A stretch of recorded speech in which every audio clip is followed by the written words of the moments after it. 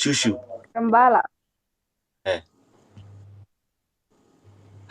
and Money talks, bro. What do you mean? Lacagta hadlaysan iyo lacagta money talks. Naag oo rich oo duq ugly iyo shuushuu yaa qaadanaya. Guys, maxay tahay mataqaana? Yaa qaadanaya. Gas yaa qaadanaya. yaa qaadane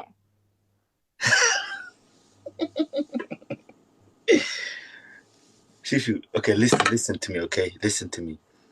Hear me out. Naagta first. Because naagta duqda 5 years kadib way dhimanaysaa. Lacagtaas waa noo keenaa adaloo karo. hey Ha? su-aalan ku weydiin duq iyo ani yaa qaadane Who? naag duq oo waayeel Oo lacagta leh, adigu maalinta. After 5 years, look.